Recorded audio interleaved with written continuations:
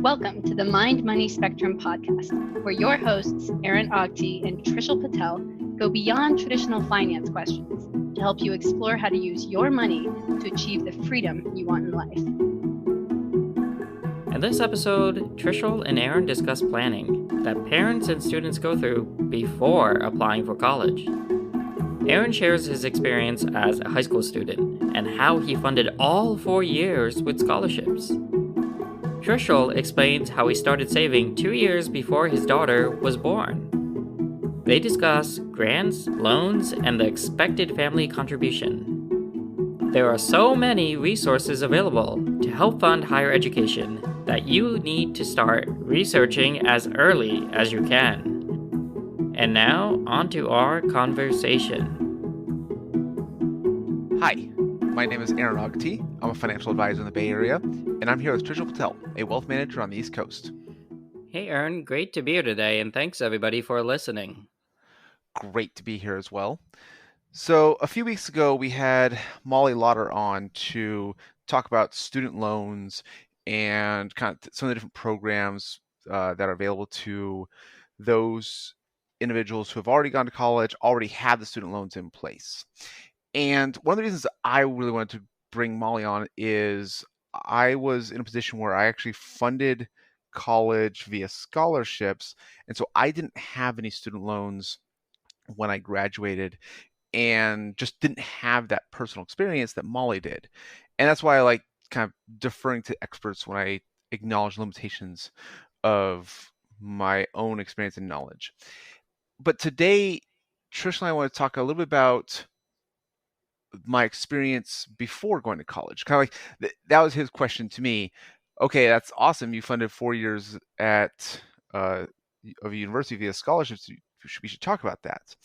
And so I'll kind of talk about my experience in high school, how that happened, how it could apply to some students, or suggestions for parents of students that are looking at the college application process and funding college, but also acknowledging our own limitations.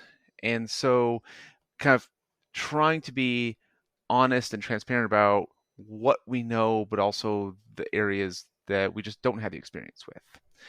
So before I get into my story, Trisha, are there any kind of big picture items related to college or college funding that you think are relevant that we will make sure we talk about today?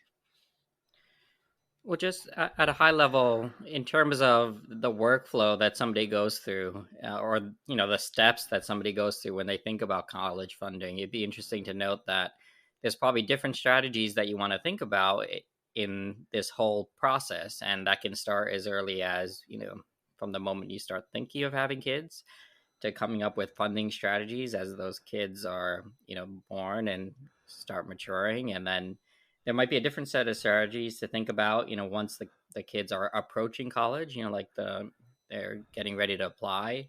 And then of course there's different strategies once you're actually in college. And then Aaron, like you had mentioned, there's other strategies that you have for paying off the loans that we discussed with Molly. So I think it's the earlier part of that workflow that we're probably going to be digging into today. Okay, so I think I want to start probably around ninth grade. Uh, I'll explain why in just a minute. But I want you to mention, how early did you start planning for college for your children? We just have one daughter right now, and it's something that came up in one of these earlier episodes in the podcast. But yeah, we ended up funding a 529 plan 2 years before my daughter was born, meaning we kind of knew we wanted to have kids, and we knew that this was a good opportunity to get tax deferred growth. So why not start sooner rather than later? And that's something that is possible with this type of education account. So you started funding a 529 plan for a child that had not been born yet, and uh, I think that's probably the most extreme example I've seen or experienced or heard of. So kind of Good job for you. Good job by you, Trishul. You made yourself the beneficiary of the 529 plan. Is that correct? Yeah, that's right. And I can also use it if the opportunity comes up. And what we also realized is that in my family, my parents ended up funding my education, and my grandparents had funded my parents' education, and we kind of knew that this was in the mail, so we had this pay it forward kind of mentality when we were thinking about education funding in general. So that's why we thought, why not start sooner rather than later if it's part of the master plan. Okay. And I think that's probably the good default advice. That just the earlier you start saving, the better. And 529 plans are probably the best college savings vehicle. There are pros and cons to that, but I think today we're more thinking about for those kind of students who are closer to applying for college. It's like starting about ninth grade, and their parents. And kind of what are some of the options that you have. After college, so I went to UCLA. I've talked about that a few times, and I'm a very proud Bruin. And one of the things I did after college was volunteer at college fairs. So UCLA and UC Berkeley or Cal will have alumni volunteer to go to high school college fairs to speak to high school students about their experience at UCLA. So as part of this, I actually got some training from the admissions office and got some of the basic facts and information that you need to know. It doesn't have to be too detailed. I'm not an employee of the college admissions office, but at least I understand some of the high level concepts. And the reason I say I bring that up as kind of background information is that's why I would start at ninth grade. So being in California, a lot of the college advice I have to parents and high school students is really focused around the University of California system, the UC system, and the California State University system, the CSU system. And one of the big things is just kind of pointing out that for the application process, the admission process, they only look at grades for your 10th and 11th year.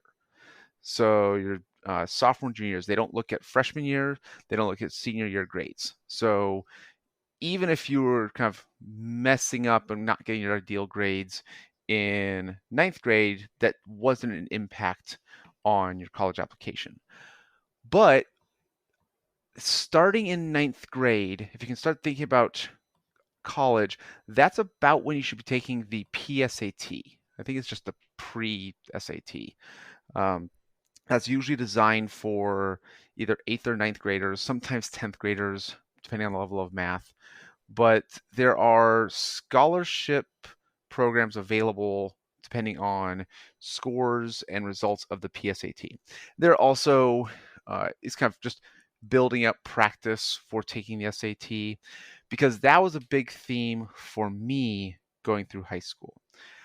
I actually got straight A's in high school, and I was the valedictorian. So a lot of my scholarships were more merit-based. So I started with the PSAT, and I actually took the SAT, I think 5 times my sophomore, junior, and senior years, mostly in my junior year. But I got pretty good at taking the SAT, and I had a lot of experience. So there were no test taking anxiety because I had done enough times. I knew all the logistics. I knew exactly where the testing location was. I knew what the process was. So I showed up and had my calculator, my pencils ready, and waited for the proctor to give the instructions because I'd already heard them several times. So I already knew what that process was. But I bring that up because there's both benefits of going through my kind of experience, but also I want listeners to understand where my experience may not apply. So I got straight A's in high school. I took the SAT and the PSAT many times, but the biggest difference for me was how many scholarships I applied to. My junior and senior year, and the first half of my senior year, I think I applied for about 50 scholarships, if not more. I think I was averaging about 1 scholarship application per week. And in the end, by the time I was graduating high school and getting ready to go to college, it was two main big scholarships I received. One was the UC Regents Scholarship. This was given to the top 300 applicants to UCLA, and they used it to convince a student like me who also got into UC Berkeley and other top students who might apply to the UC schools, but may also apply to some of the top private schools such as Stanford or the Ivy Leagues. They use that to convince those top students to go to UCLA, and that actually worked for me. So that's covered most of my tuition, books, and fees. I also received another private scholarship for, I think it was $3,000 a year. That was my other biggest scholarship. That took care of a lot of the room and board components. But I also had at least a dozen other scholarships that were one-time $500 or $1,000 scholarships that kind of added up, kind of really build up enough where I could use that to pay for college.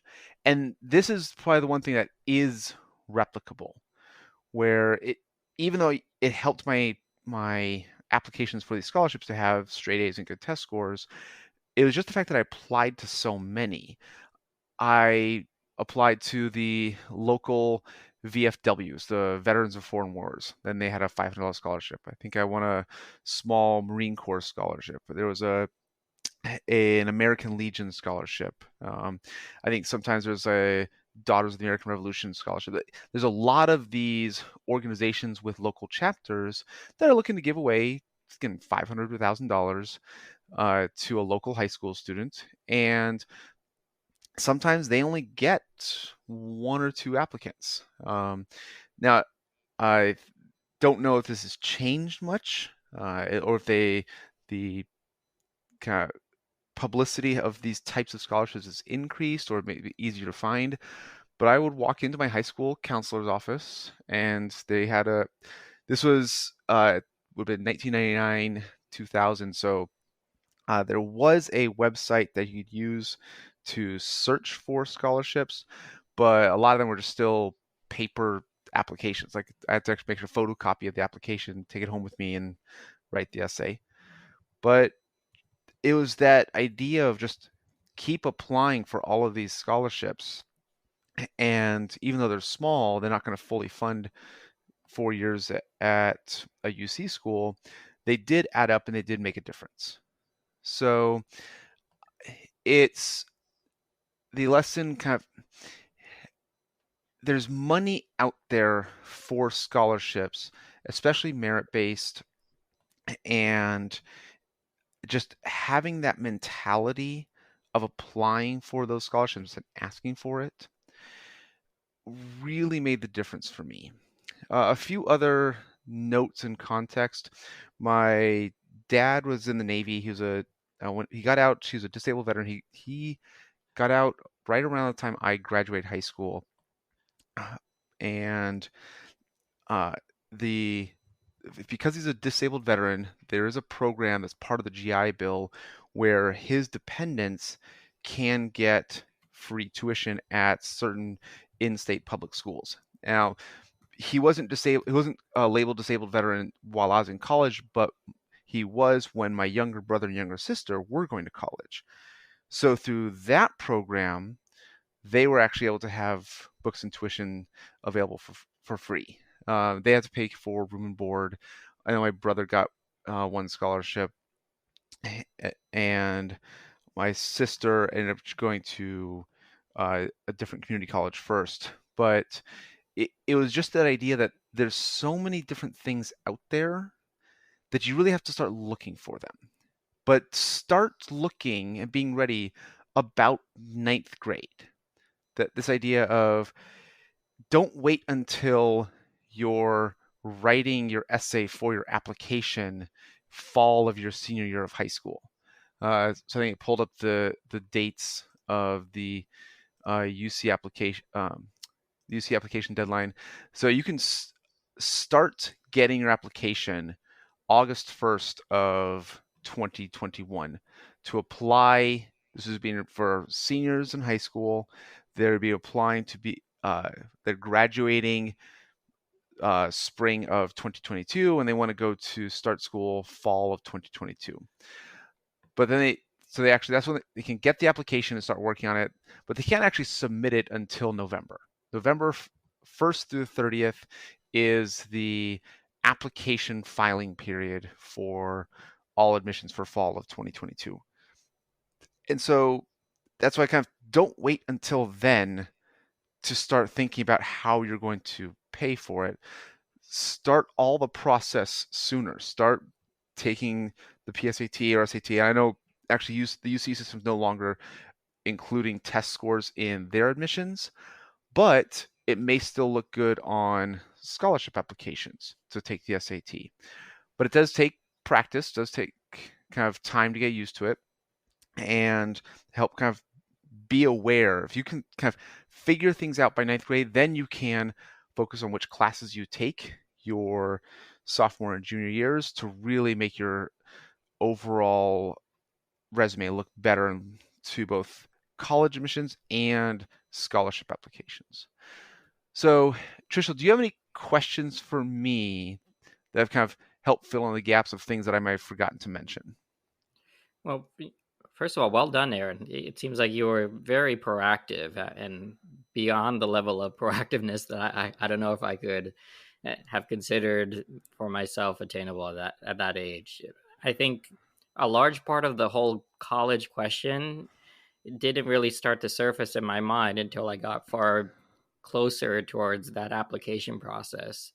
And I think you're right. Having a better understanding sooner rather than later would probably be sensible, especially since it's a bit complicated, having all of these various pieces to tie together to come up with a workable solution for perhaps the biggest investment you would have to make up until that point. And frankly, the biggest investment you might be making, with your time and money in your life, I would say. So, as you were going through that process, was it your guidance counselor that provided you with these initial steps, or how'd you kind of figure it out from the get-go? I think actually because my dad was in the Navy, my mom was a teacher, we were a comfortable middle-class family, but they were very honest and upfront with me that they were not going to be able to afford to pay for college. So like I knew that early, and I also knew I was a good student, and I think I'd gotten straight A's in 8th and ninth grade. So I knew I could go down this path, but they were very encouraging of like starting early, knowing that they weren't going to pay for college. So I knew that. And so it was even one of those things like even if I got into Stanford, because that was the one I had in mind in high school, was the kind of elite private school on the West Coast. Even if I got in, I didn't know how I was going to apply for it. Like I knew loans were a thing, but I just had this. I did have that concept of I don't know if I want that much in loans, and kind of that self-awareness of okay, I know I can get into some of these schools. I know I'm good enough there, but how am I going to pay for them? That's when I kind of started off that process of taking the SAT, trying to work on my SAT scores, and focusing on starting those scholarships, like understanding how do you get scholarships. Like that was kind of one of the things I did look into relatively. The high school counselor didn't really push me, as more just they kind of kept a big, like it was like a plastic bin that was like had little file folders, and they would just keep scholarships in there, the scholarship applications forms in there. All the students could come in, so I would kind of keep going in and asking them, but I didn't feel that they kind of pushed me to apply for those. And I've talked to a couple other friends from college who did go to private high schools, and depending on the high school, they consistently got kind of more help with that college application process. There was kind of more communication with counselors. That was definitely a bigger emphasis. One I know didn't feel like the academic experience was that different. One of my roommates in college, he went to a private high school where there the academic experience was different. So the high school I went to in Imperial Beach, it's a suburb of San Diego. It's actually all the way down on the border and on the ocean. So the nickname is the most southwesterly city in the continental United States. But the economics and demographics of the area uh, meant that I didn't have to actually pay for any AP tests. So I took as many as I could. I think I took 9. I ended up passing 8 as part of my high school experience. But one of my roommates in college went to a private school. You had to test in to for the high school to allow you to take the AP test. You have to kind of show you could qualify, because this school maintained, I think, an average AP score of 4.5. So like all their students of all the tests they took, most students would either get a 4 or 5, pretty much. So all the students that were taking the test were passing, and that's what the school used to kind of show the academic rigor of that school, and it helped his application process. Whereas I took 9. I took a one that I didn't even have an AP class in. I think I took the AP physics test and had never learned electricity or magnetism, so I was really shocked when they came up on the test. Did not pass that one, but I think I got mostly 3s and a couple 4s on my math AP tests. But it's just, that was kind of the difference I noticed after the fact of the private high schools. There's more push on that college counselor and that process, whereas I had to learn a lot of it on my own. And so from that point forward, I've just really been pushing awareness. That's why I seriously start in, again, like 9th grade, just to learn all of the things around applying for college. Not even just building up grades and what goes into your college application, but everything else that's involved as well. Yeah, it really seems like this is maybe the first time a student has to really reach beyond the scope of their education and come up with a real formalized plan that can be a little complicated to figure out. And it seems like it does take some personal drive if there isn't that push, either from parents or from the school, which in many cases there may not be. So it seems like having a good understanding of what you might be up against is kind of important here. Yeah, that's probably a good way to phrase it. Where is definitely, it's just not you have your classes assigned for you. You might even have electives, and so you kind of you have a little bit of choice in the classes you take. But it definitely was that first kind of extra learning around it. It's like, how do your choice of classes impact your college application? So, for example, I know with the UC system, they have a really good registrar of all the classes available to each student at their particular school. And as long as you're taking the most challenging course available to you, they give you credit for that. So if you happen to go to a school that offers an honors but not an AP, they won't penalize you for that. They recognize that you are taking the challenging course and excelling. But if you happen to go to a school that does offer an AP course and you're taking the honors, that they will kind of penalize you for not challenging yourself to take the most academically rigorous course. So just kind of being aware of that kind of process where you do have to go beyond, sign up for classes, make sure you do your homework and get good test scores to try and get good grades. You really need to understand all the other parts that go into it. Like, imagine how hard it is to get on top of like your financial life when you're an adult, and you first graduate and you have like a paycheck and you have to figure out all the nuances there. I feel like figuring out the college application project process is on the same order of complexity, all the little things that go into it. Yet this is what we have to do even before we, get out into the real world. It's like maybe the first adulting experience for, I guess, a teenager. That's actually great analogy. I'd probably even extend it. Yeah, if you got your first job, it's like, do you enroll in life insurance?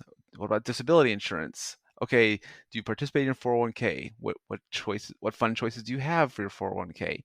How does health insurance work at your new employer? Now imagine you've either just graduated high school, just graduated college, and this is the first time you ever considered this. That gets really complex really fast. And I'd say, yeah, this probably is on that same scale. It's not just doing your job, or in this case, being a student is doing the classwork. It's all the extra stuff that's part of being an adult and being a human in just our society that we've added on that everyone has to learn through firsthand experience. So yeah, this is probably on that scale of complexity. And I know because it's difficult and because it's complex, there are services, consultants that have arisen to try and help out, but they charge money. And so there's kind of different demographic issues there. But yeah, it can be complex and it's a big learning curve. And we haven't even talked about those who aren't going to fund their way with scholarships. So kind of after saving a 529 plan from the time your child is born, then pushing them to apply for scholarships and trying to get that as much as possible. What are some of the things that you're aware of to kind of help college funding, kind of beyond just the getting into the school? Right. So the three big things to think about at that point are there any grants that you may be able to fit into, or are there any loans? And that's the next big one. Student loans are a big enterprise, and there's many options and frankly a lot of complexity to dig into there. And then the third thing to kind of think about is there are frankly also some tax credits that might help here. So we would probably want to think about those as well. And these can all kind of fill in little gaps or big gaps for coming up with a funding strategy that can get you, all the way from a freshman to graduating. Would these be tax credits for parents whose children are going to college? Well, it depends, who's the dependent, if the kid is on their own or not. And I believe that's based on how old they are. And there's a cutoff where that kind of changes. But for example, the American Opportunity Credit is the main one that you would probably lean on in your undergrad years. It's designed for only the first 4 years of college.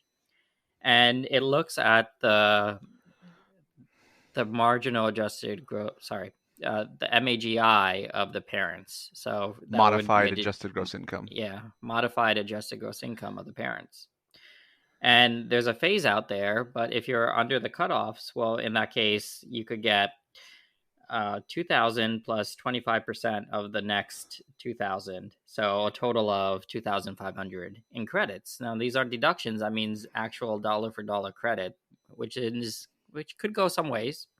But you can only use that for the first 4 years of college. And the other thing to think about is you can't offset the credits if you have other types of deductions or you're using other types of tax advantage accounts to pay for college. So, for example, if you have a scholarship covering the full tuition, well, then you can't offset the credits for that same tuition that's being offset by the scholarship. So that's something to think about when you're trying to apply these. The second credit that comes up is something known as a lifetime learning credit. In this case, it's $2,000 max, and there's also phase outs and things to think about there. But the good thing here is it can be used for undergrad, grad school, continuing education, just kind of, it's a lot more broader in scope than the American Opportunity Credit. However, again, you can't stack the same credit for the same education expense. So you got to think about how these align with the actual tuition that you're trying to offset. Okay, so this is saying like you can't apply the same those two credits to the same tuition amount. Yeah, Am I that's understanding that right. correctly? Yeah. Okay. Okay. What were some of the grants you mentioned? Or are there other credits available? Well, those are pretty much the main credits. And in terms of the other types of funding, well, this is the point where you would be taking distributions from your 529, for example. In that case, Mm, the whole benefit of the 529 is those distributions are tax free. So you've already put in after tax money, they've grown tax deferred, and then all of that growth, instead of having to pay capital gains on those gains, you don't have to do that if you use those funds for qualified education expenses. Now, in terms of the grants, well, there's a few options here, and this is going to be depending on income. So again, we're gonna probably segregate these into: is the family income, let's say, less than 60,000, or is it more? If you're less than 60,000, then we're in the bucket of there could be some loans and grants that are more suitable for these situations. And for the grants, these are the Pell grants. And for the loans, these are the two big ones: are the supplemental education opportunity. Oh, sorry, that's a grant as well. The supplemental education opportunity grant, and the loans themselves are the subsidized Stafford student loans. So you may have heard of these as well. These loans and grants, again, are available towards households that are below certain thresholds, probably less than 60,000. Now, there's still opportunity to get loans, not necessarily grants, but loans if the household income is higher than that cutoff. In this case, these would be parent loans. So the loans are to the parent. And there are undergraduate students loans that are also available. So some of these loans, again, are more for, they're less in terms of need based, but they're more for just having an opportunity to get loans that are, you can call them subsidized because they do have certain benefits that the government provides. And then, of course, there's private loans if you go outside of the framework of the federal government. And you could probably search for those types of loans through some sort of online marketplace to provide opportunity there to fill in any gaps that are remaining. okay. So uh, I know um, when I was applying, this has been 20 plus years ago.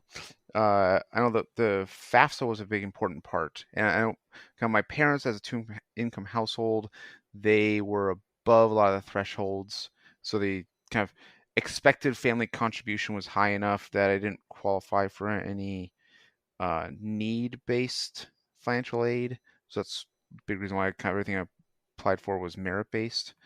Um, do you know how how much of these different loans and grants are kind of need based versus merit based?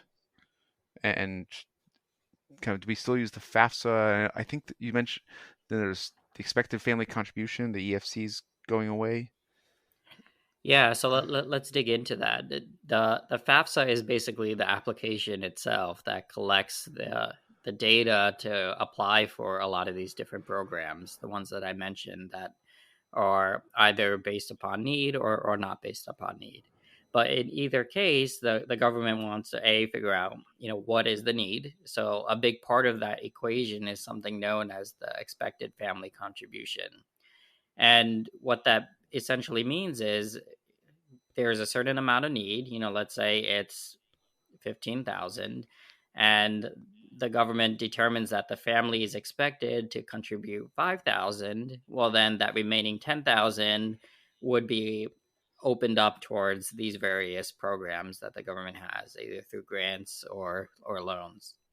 Now, the expected family contribution has two components. It's a component that comes from the actual applicant and a component that comes from the family that supports the applicant.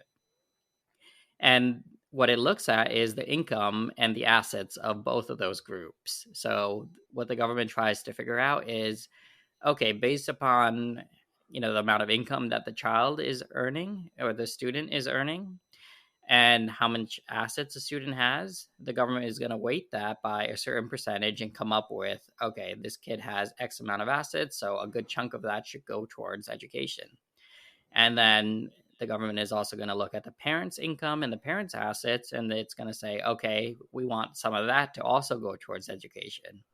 And as it turns out, the percentage of the assets and income from the child is higher on a dollar for dollar basis, according to this calculation, than the contribution from the parents. So that's one thing to think about. If a child has a large or a significant amount of assets and income in their name, well, that's going to reduce their increase their expected family contribution amount more than if that same income or assets were under the parent's name. So something to also think about.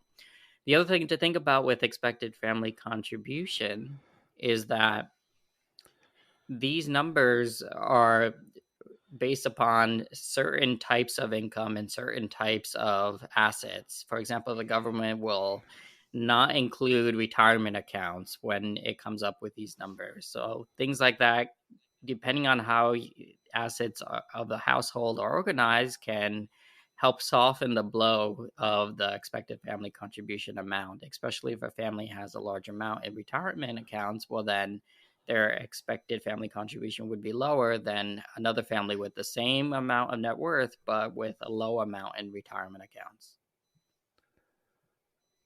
Okay, so assets in the child's name, income in the child's name, assets in the parent's name, income in the parent's name, but in general, excluding retirement accounts. Yeah, that's right. And it's an interesting funding strategy. For example, if a family has like a Roth IRA and you're allowed to, take out the actual contribution, that might be one way to come up with some sort of funding strategy. It's not necessarily recommended, but something like that might be a source to tap into.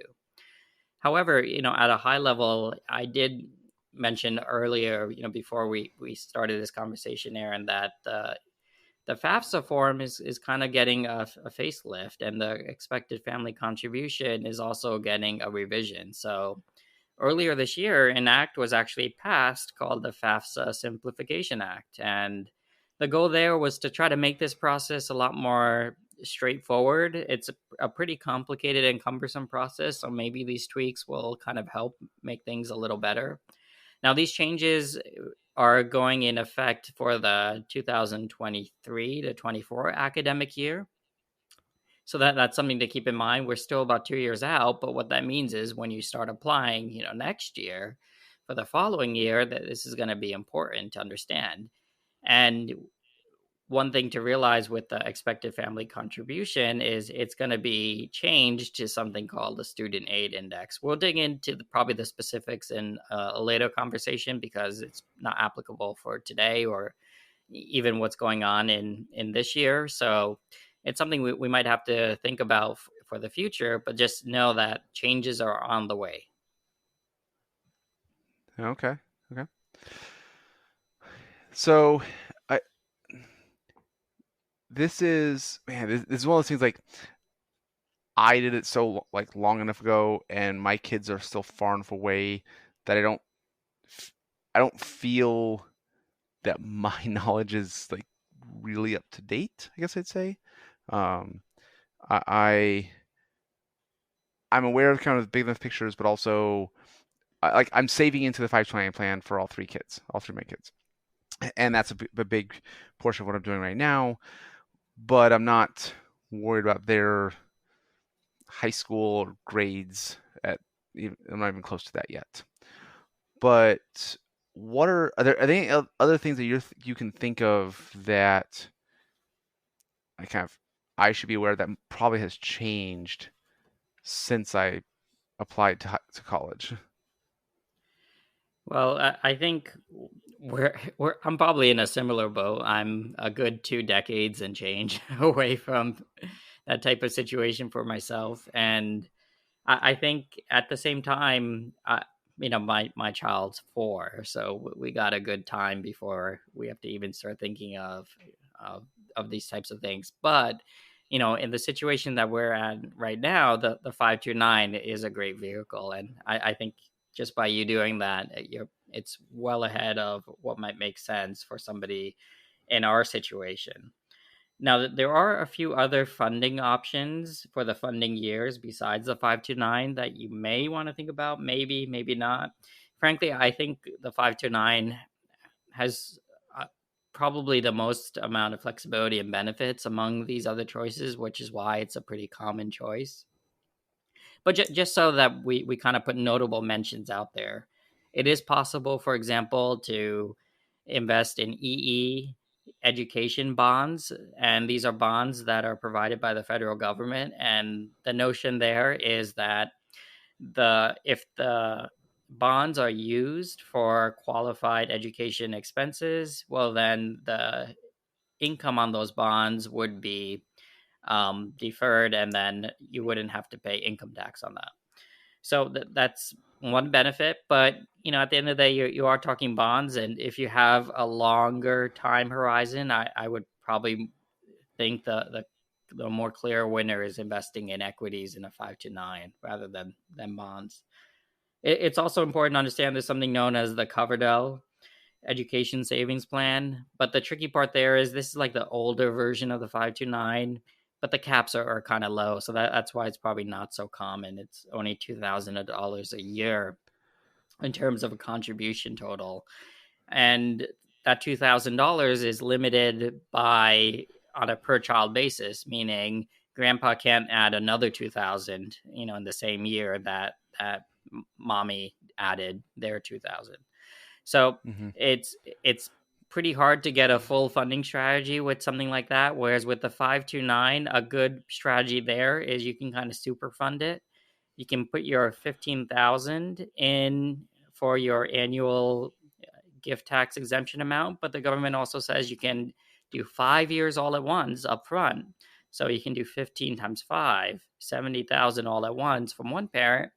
And you could double that to 150,000 if you have a partner for the child. So in 1 year, you could kind of super fund 150,000, and with 20 years or 18 years before a child goes off to school, that might be enough. Yeah, I think one kind of quick caveat is that does use up your annual gift tax exemption for those 5 years. You can't pre-fund the 529 plan and then next year give a gift of 15,000, whether it's going to their name or to a trust, something like that. This does use up that exemption for those 5 years.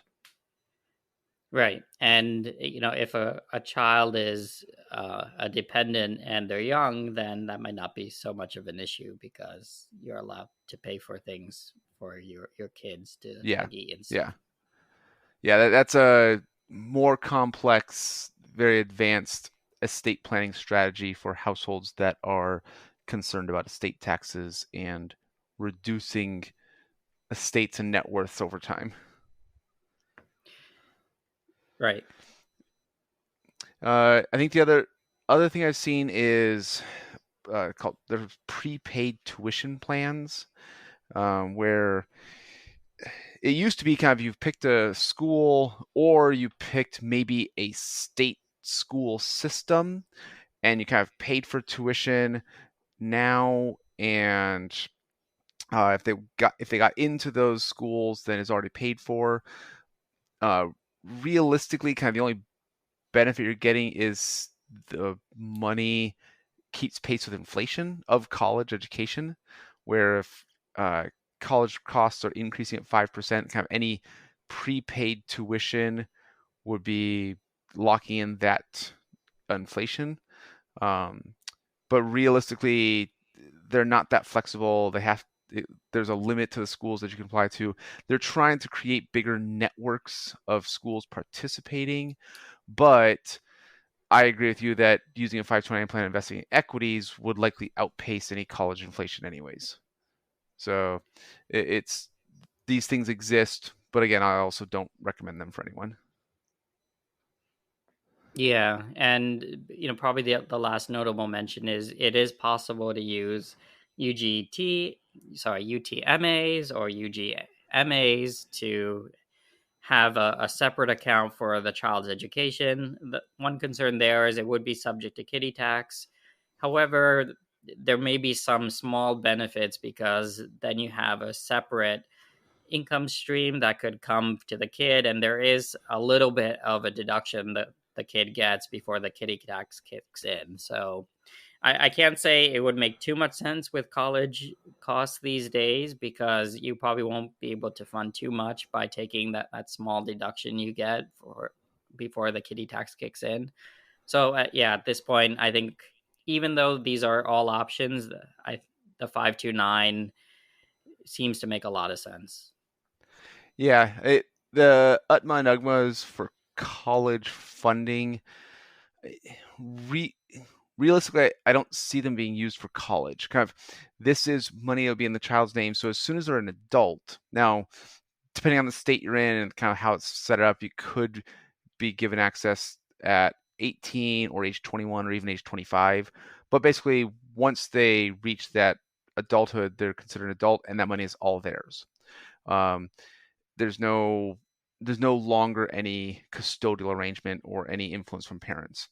And so this could be money that you're hoping to be a down payment on a house to kind of help them get started earlier.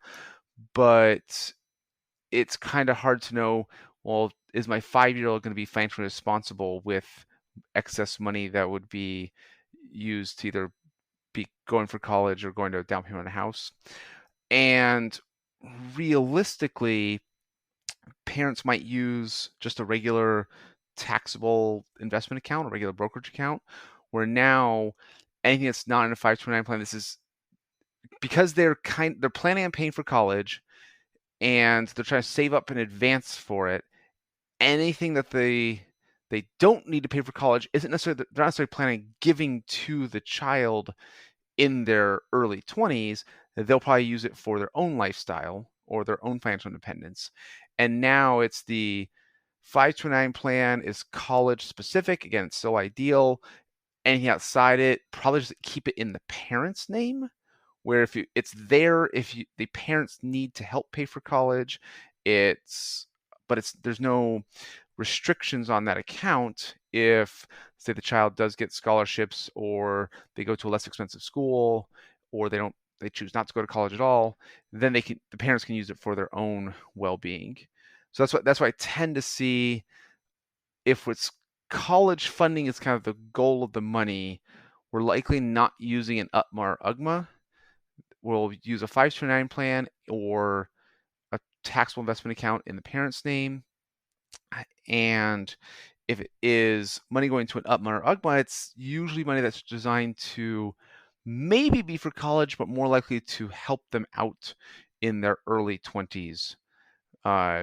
Usually something like a down payment on a house that they may not be able to save up by themselves.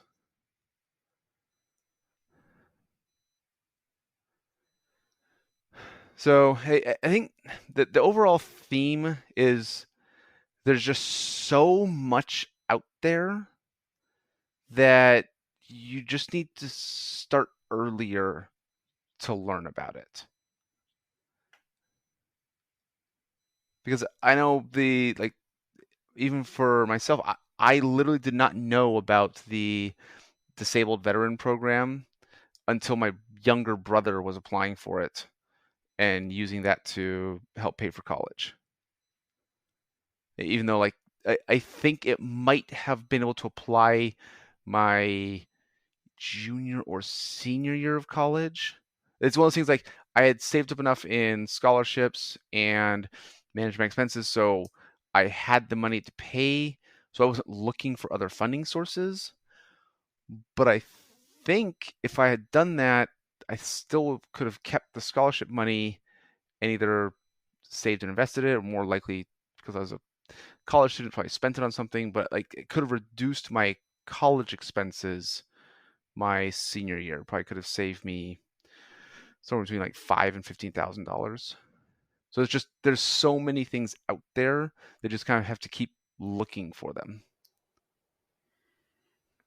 Yeah, it seems like a college funding plan is similar to like our energy plan in the US. It's not going to be solved by one, it's not likely to be solved by, just one end all solution. It's going to be like a combination of, solar, electric, hydro, and so on. So, Yeah. yeah, with college funding, you got to think about all these buckets: pre-funding, saving up beforehand, and investing sensibly across those programs we mentioned. There's probably allocation in the pie to scholarships and other types of grants. And then there's loans to kind of make up the difference with private and public sector options available as well. One last note I was just thinking of that could help me, but I don't know if it'll help you. When they do things like the expected family contribution under the current FAFSA, we'll have to see how the student aid index changes. That expected family contribution is kind of per family. So if you have two kids going to college at the same time, that expected family contribution is almost cut in half. It's kind of, here's the family contribution for two students, and so each of those individual students can get more student aid or financial aid depending on loans or grants. But if you want to plan for college like that, having multiple kids closer in age can help get a little bit more student aid. That's an interesting one. So yeah, one kind of tidbit I've heard is, let's say a grandparent is planning on helping out the kid. It's better actually that grandparent helps out for senior year rather than for, freshman year, for example, because if the grandparent helps out for freshman year, then for like, the sophomore, junior year application, the government is going to say, hey, wait, you got income coming in from somewhere. And they're going to use that to reduce your or increase your expected family contribution for, those later years. However, if you wait till like senior year, well, then there's no more applying, you're kind of through the hoops. Yeah. Yeah, there's definitely opportunity for creative planning around this from approximately freshman year of high school to graduating college. This is a good 8-year window of complex planning. Yeah, and it's a big thing. It's a big investment, and a lot goes into it. And the funding side is definitely an important component. Well, thank you for sharing all the research that you did. I really appreciate it, Trishul. Well, thanks, Aaron, for being such a good student. That's really awesome that you were able to share that with us. I'm glad you had the opportunity to give us some insight on how all this works. And from the front lines, I think it's good to know that there are all these options out there. Yeah, this is a good conversation. I like it. Thank you. Great. And thanks, everybody, for listening. If you're enjoying these conversations, do spread the word. Thanks. Bye.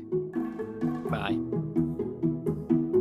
We appreciate you joining us today for this episode of the Mind Money Spectrum podcast. Be sure to visit mindmoneyspectrum.com to access the entire library of episodes. Remember, it's not black and white, but the wide spectrum of gray area where you get to pursue the freedoms you want in life.